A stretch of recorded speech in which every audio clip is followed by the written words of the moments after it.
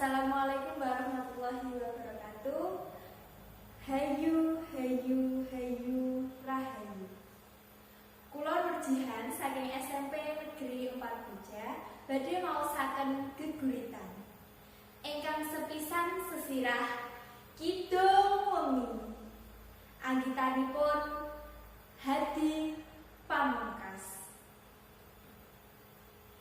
Kidung wengi, wengi wis lumingsir jero, cahyane sang candra katon surem,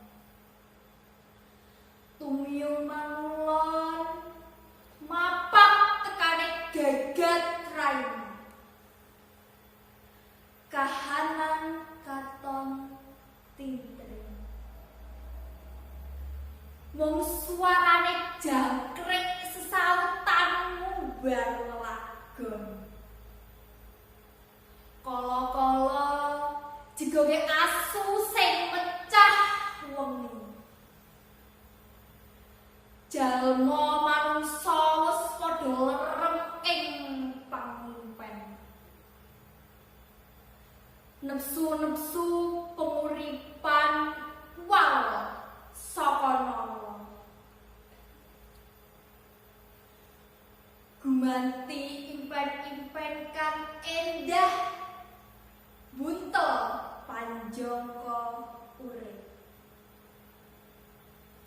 Mung kemrusake manuk codot ntrusuk ing pang-pang wit pelem, ngluru woh-wohan nggo ganjel weteng. Sakwise sak wengi natas ngancani sepining bawana. Suarane jago kluruk padha pamer swara. Minangka pratandha yen Bagaskara bakal tumeka.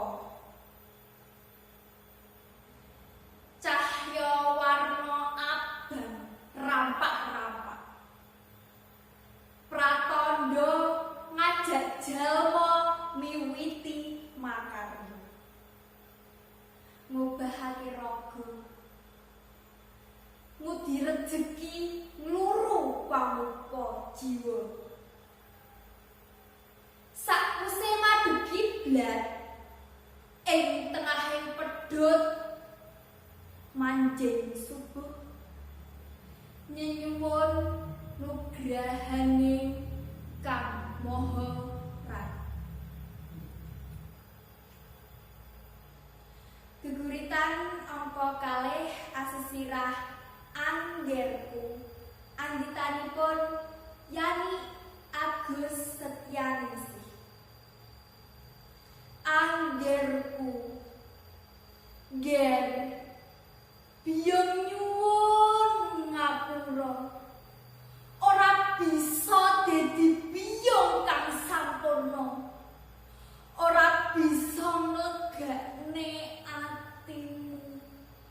Nger uripku kebak kaluputan, nyiwa luput, nengen luput, rumangsaku aku wis manut. Bang turut karo sing jare winasis, nanging nyatane isih tetep luput lan diluputne.